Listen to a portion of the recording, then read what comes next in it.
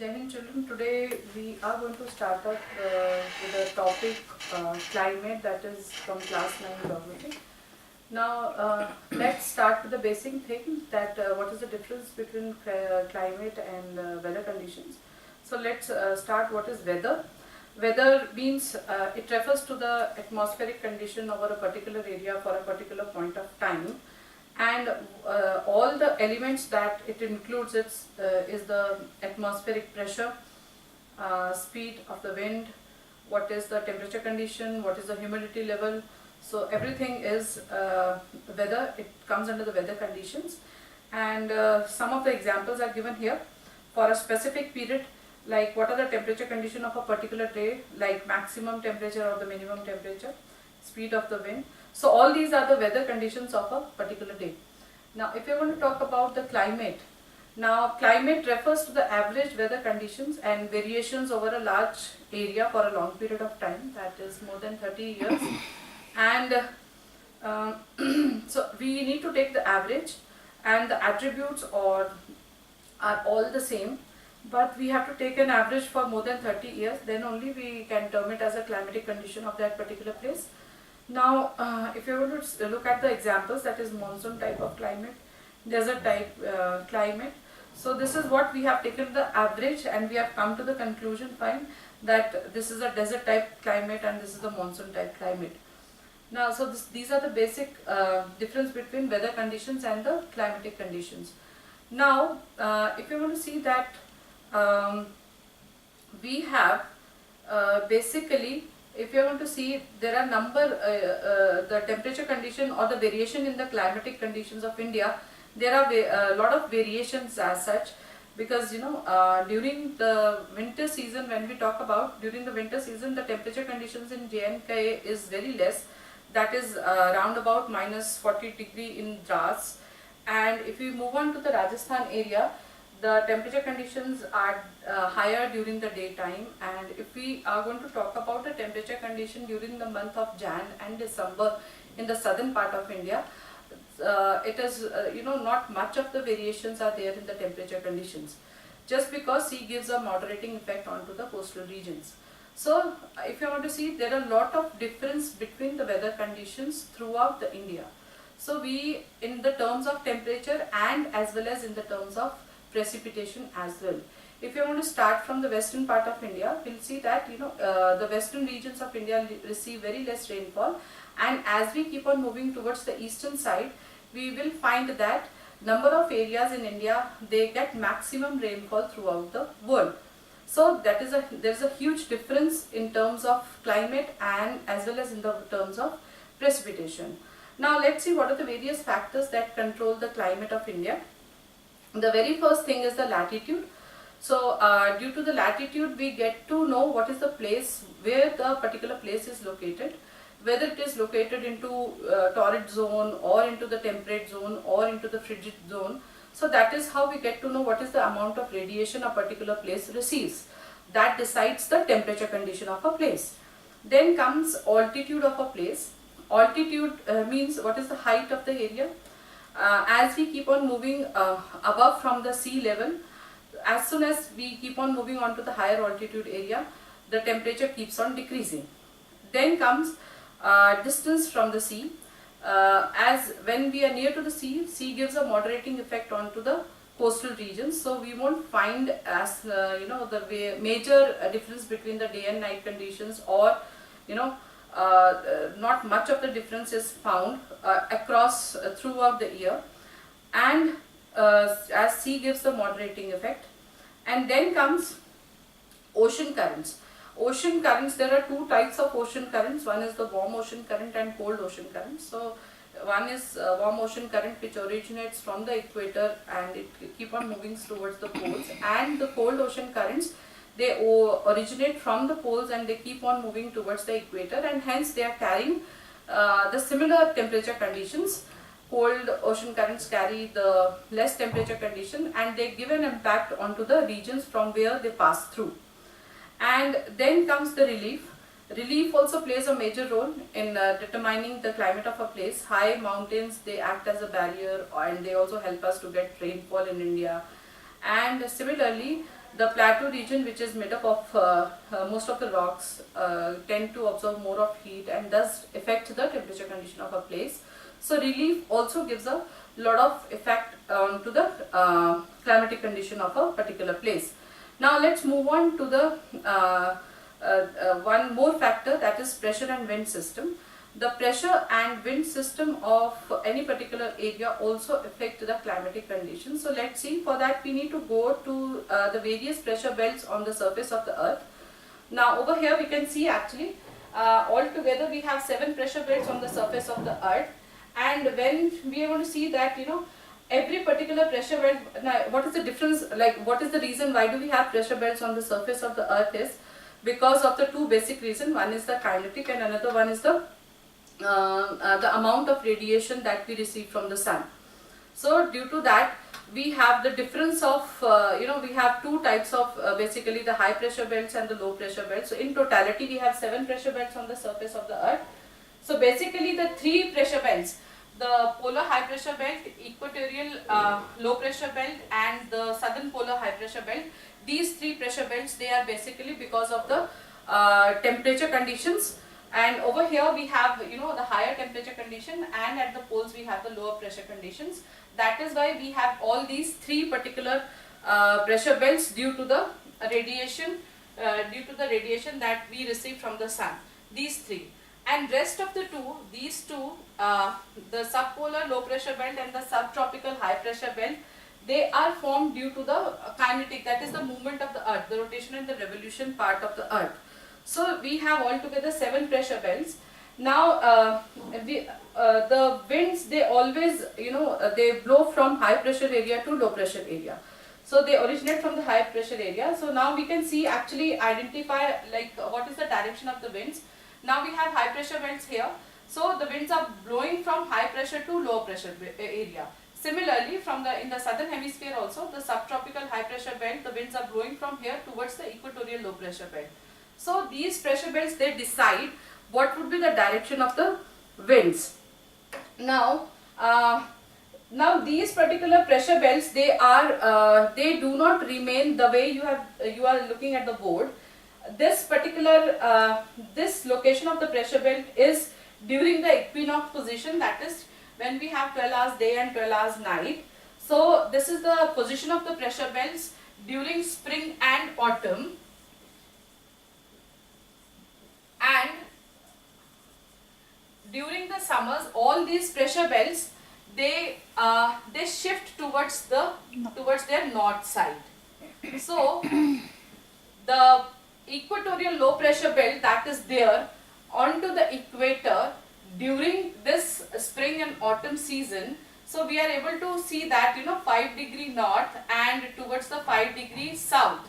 So the position of the equatorial low pressure belt is over there onto the equator. So we have the equatorial pressure belt located onto the equator during this period of time. But as soon as the summer comes, during the summer solstice, what happens? All these pressure belts, they tend to shift towards their north side. So we can see that this particular pressure belts, it gets widened up and this gets narrowed down. And similarly, during the winter solstice position also, all the pressure belts, they shift towards their south. So this shifting of pressure belt is there is a term given to this, that is ITCZ, and this is intertropical convergence zone.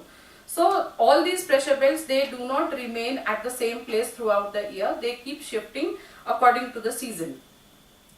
Now the next topic that we are going to, so these pressure belts, they actually decide what is the direction of the winds and how what will be the direction, how they are going to blow from one place to another, and they also affect the climatic condition of a particular place. So now over here we can see the direction of the winds, that is the trade winds from the subtropical high pressure belt to the equatorial low pressure belts. So these are the winds, they decide the climate of a particular place. Now let's see, these are the factors which are actually decides the various, now let's see what is Coriolis force. Now Coriolis force is an apparent movement caused by the earth's rotation and this Coriolis force is responsible for the deflection towards the right in the northern hemisphere and towards left in the southern hemisphere, because just because earth keeps on rotating, and due to this rotation the winds in the atmosphere, they get deflected. Now they get deflected towards their right in the northern part and in the left in the southern hemisphere. So you can see this in the diagram. We are able to see how they get deflected, and so by this deflection we can actually see what is the direction of the winds. And now so we have the unique conditions of pressure and winds. So they actually affect the various they affect the temperature condition in the winter season and during the summer seasons. Now let's see what is a jet stream. So jet stream, they are the narrow belt of high altitude westerly winds in the troposphere, and these streams are located approximately 27 degree to 30 degree in the northern latitude, and they are also called as the subtropical westerly jet streams, and they are the high speed winds and which are blowing on to the the edge of the first layer of the atmosphere. And they are also capable of alternating the climatic condition of a particular place, because they carry the moisture along with them.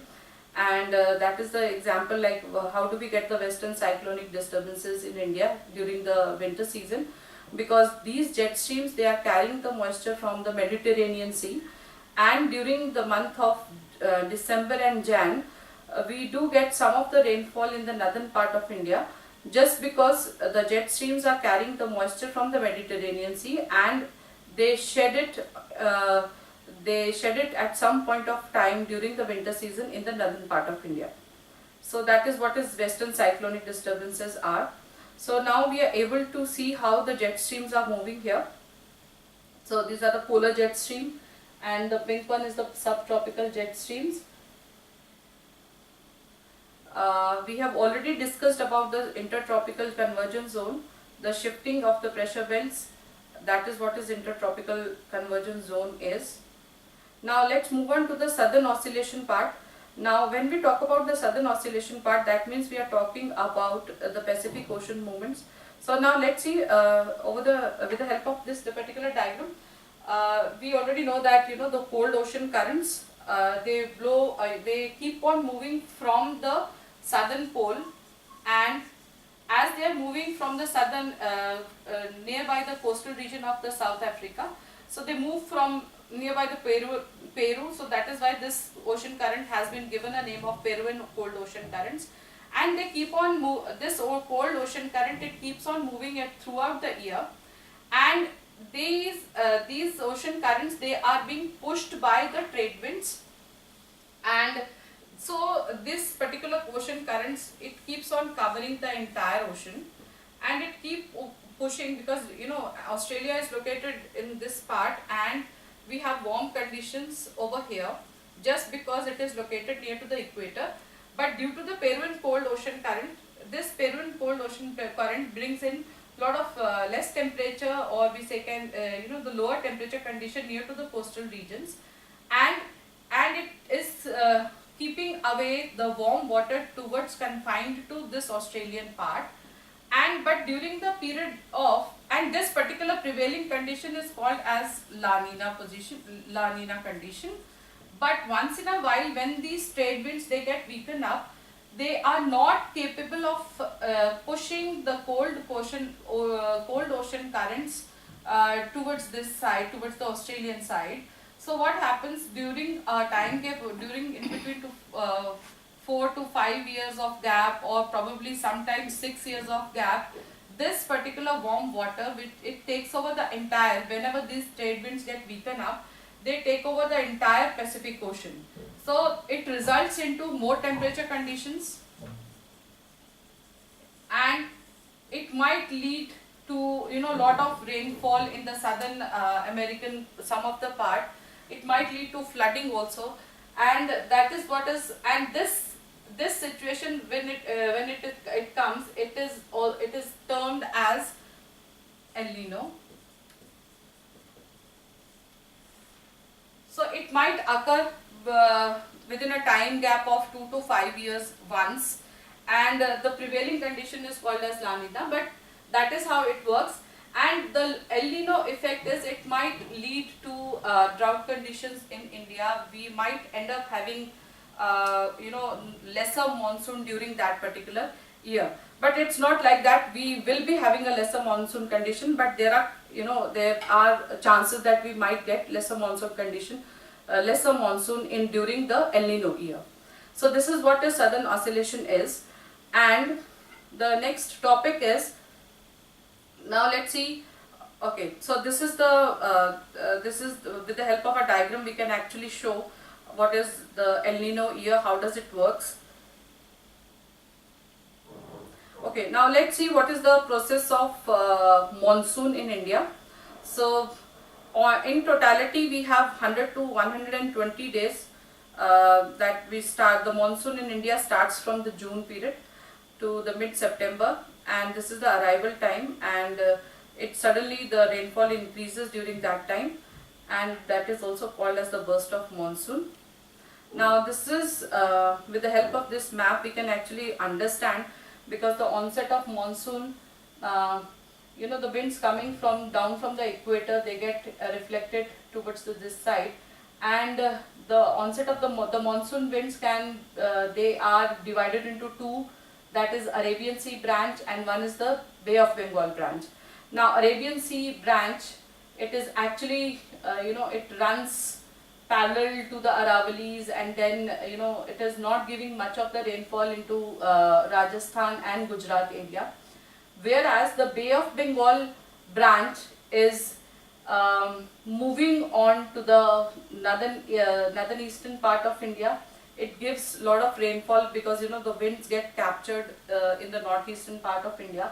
It sheds a lot of moisture in that region, and then this Bay of Bengal branch moves from the northern plains towards the northern part of India, and it gives rainfall in that region. So that is how, and then it gives rainfall onto the windward side of the Aravallis, and it does not give rainfall onto the leeward side of the Aravallis. So that is how both the branches, they are not giving rainfall in the Rajasthan area. So that is why we have a desert conditions in the Rajasthan area, and it hardly gets less than probably I think 20 centimeter of rainfall throughout the year. So this is the onset of the monsoon, and we have basically 4 seasons. First is the cold weather season, then hot weather season, advancing, and monsoon can be divided into 2, that is advancing monsoon and the retreating monsoon. And most of the rainfall or most of the monsoon the rainfall that we get is during the advancing monsoon, that is 90% of the rainfall, and 10 is probably in the retreating monsoon.